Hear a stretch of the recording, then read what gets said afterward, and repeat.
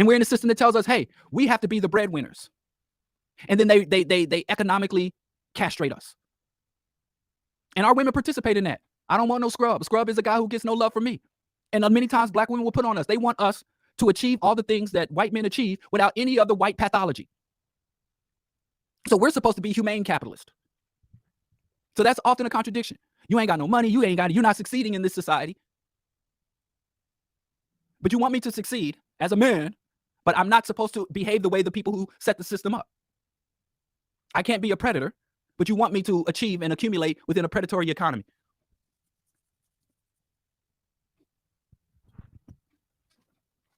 So these contradictions are on both sides. It's not just men that have this warped sense. But I want to talk about during the time of socialism, the new man.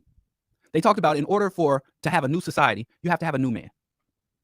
And generally, they were talking about when they say man, and this is a concept that kind of arose in the 50s and 60s during the communist and socialist and guerrilla movements. So when you said mankind, you really included women. It was a default that if you say humanity and mankind, it just includes women. So when they said a new man, they were really, in the modern lexicon, they would say a new person.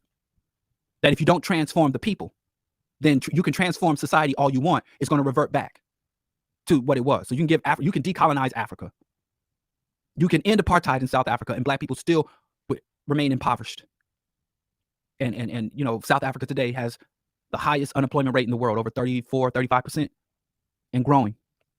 But apartheid is over. Because if you don't change the people, you give black folks all the economic reparations you want. You can give black people affirmative action. You can integrate black people. But if you don't have a revolutionary transformation of the man, the new man does not emerge, then they're going to pretty much take all that and feed it back into the system. That is the nature of being, especially under generations of oppression. I say all the time, ideology is all. We think we can have a material world transformation without an ideological revolution. We can have a political revolution, economic revolution, social revolution without an ideological revolution. It's not possible. So what is the new black man that is free from effeminization, quote unquote? The first thing we have to free ourselves from as black men is being units of production. Now I'm talking about as we go on this process to fight effeminization, truly from a revolutionary perspective, as opposed to a reactionary perspective that's pushed by people like Amalabu, Umar, and the rest of the manosphere, the reactionary manosphere, the traditional manhood. This is revolutionary manhood. The first thing, because that's what we need, revolutionary masculinity. There's been a lot of talk about toxic masculinity and real man. We need revolutionary masculinity. We need to cultivate our young men to be revolutionary, because that's the only thing that's going to liberate us.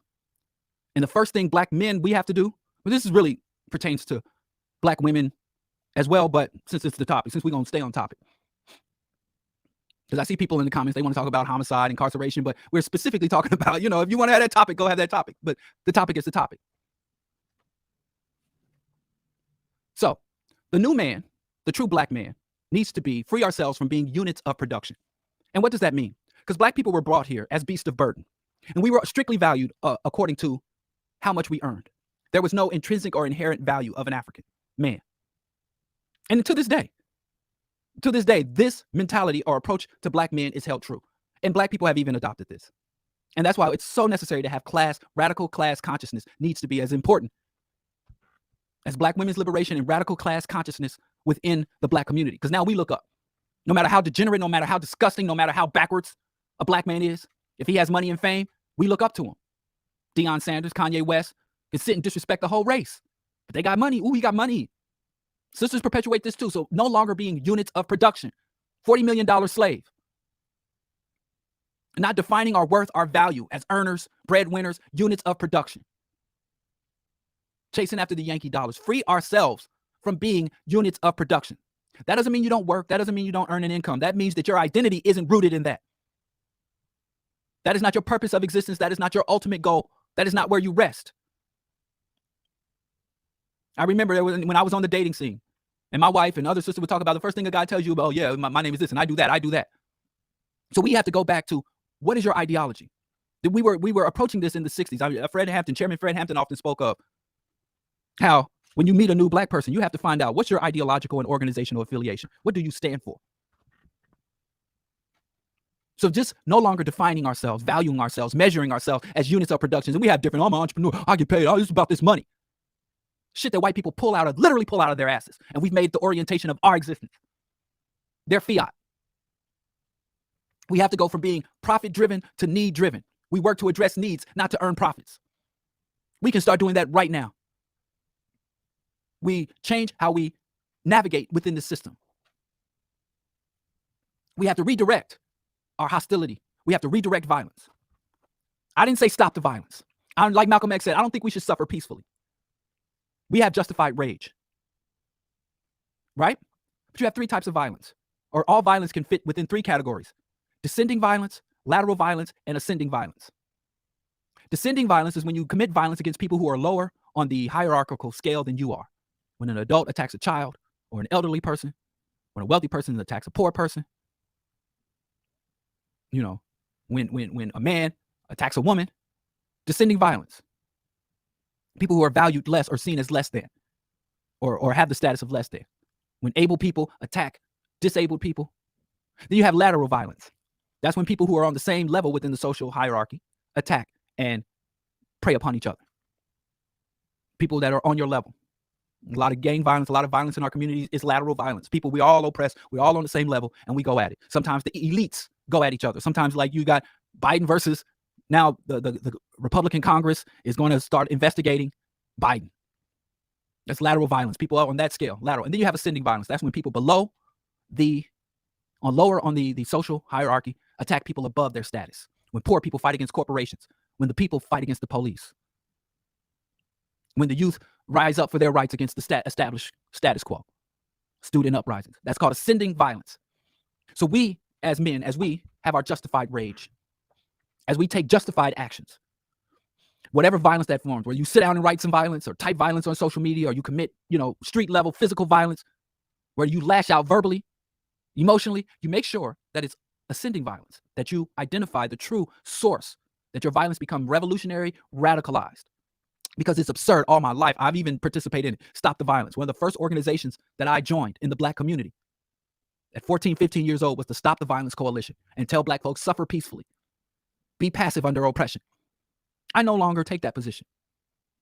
My position is, if you must lash out, and that lashing out or acting out is manifest through violence, strictly ascending violence. We have to, with everything that is within us, refrain from, shun, end lateral violence and descending violence. We only attack up the hierarchy. Redirect violence. We have to understand the difference between ideas and ideology as new Black men. Idea is, I want a healthy home. I want to raise my children. I want to have the things I need. I believe this and that. Those are great ideas, but it has to grow out of ideology. Many of the ideas that we have about family, income, status grows out of ideology. And you have a lot of Black people with that could be quote unquote good ideas, but they're ideology. You have a lot of Black people who truly believe that they're Pan-African, that they are revolutionary, that they are radical. But when you whittle down to the core of their ideas, their ideology is Western, Judeo-Christian, conservative, reactionary. So a lot of times you'll have the same ideas. I want what is best for Black people. I want Black people to succeed. That's an idea. And what's the ideology driving that idea? You want Black people to succeed? Does that look like more Black CEOs, more Black millionaires and billionaires? Or does that look like the just redistribution of resources and no more billionaires and millionaires exist, because they're all parasites? I want Black people to have what's coming to us. What do you think is coming to us? Black people getting more money so that we can take money and invest in the imperialist system? We get reparations. And where does reparations go? Towards buying stock in Raytheon, Boeing, investing and having a greater stake in the military industrial complex? Or does reparations mean funding liberation guerrilla struggles, restoring ecosystems, funding removal of plastic and carbon sequestration? So we have a lot of overlap, because you get Black people and you go into a room of 100 Black people, you say, who wants unity? Every hand will go up. Who wants Black people to improve and develop and to advance? Every hand will go up. But this is a problem I always had in my organizing and the work I do in the community. I work with a lot of Black people that had a lot of the same ideas, but totally divergent ideologies. So Black men, we have to really understand what is the ideology. And if you don't have an established, defined ideology, believe you me, you are an instrument and tool of an ideology. It's just not your own. I am a revolutionary Pan-Africanist. I am a socialist. I am an atheist. Everything that I do, that I advocate for in my own life, within my family, and within my community, comes from some foundational ideals and understandings about reality itself, about who we are, what we are, and what we must do. So it's not enough to have a good idea. You have a lot everywhere you look. Who wants strong black family? Every hand will go up. But some of these men and women, their idea of a strong black family is a reactionary nuclear family unit that came straight out of the Protestant and Industrial Revolution. It has nothing to do with African identity, African culture, and it does not speak to the needs of African people. So it's not even enough to say, I want family, I want real men. What the hell is a real man? What is the ideology? We rest on ideals too much. We need to start going beyond ideas and understanding and establishing ideology. We have to be liberators. Black men, our highest aspiration is not ownership. You got black men out here now, 19 keys, talking about we can own plantations. We can have our own, even I remember KRS-One, one of my favorite rappers, my second favorite rapper. Like, we need to have a black Illuminati. Black men, we got to stop mimicking what these other men do.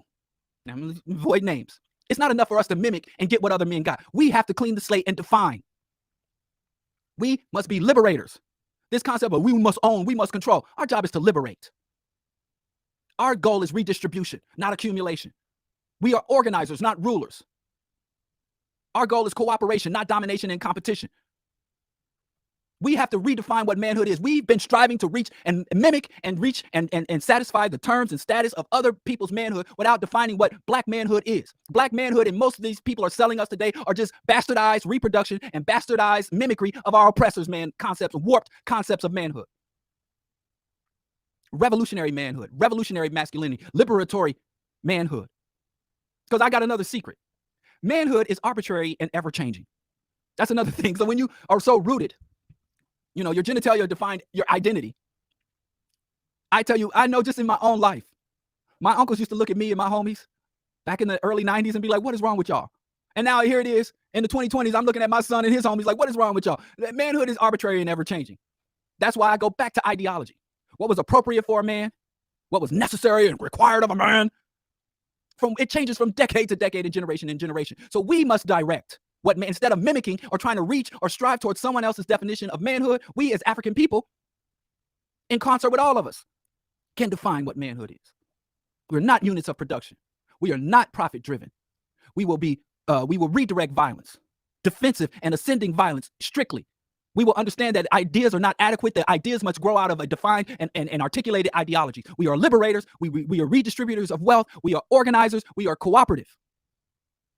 Our mission is to retake and transform the world, restore ecosystems, redistribute wealth, sustainable and just systems of governing us from education to judicial. That's the manhood mission. It's not that complex. If we would just take a moment and purge all of the indoctrination, well, I guess that's not menticide. Well, it is complex. I mean, the solution is rather simple. The process of obtaining and securing and implementing the solution, I guess that's when the complexity is. So it ain't magazine covers. It ain't Rihanna. It ain't wearing a dress. We must be liberators. And that is where not just your manhood, but your very humanity must rest. That's the Bro Diallo Show. Thank you for listening. My Black Power, the Rational Radical Show will be Wednesday evening. And of course,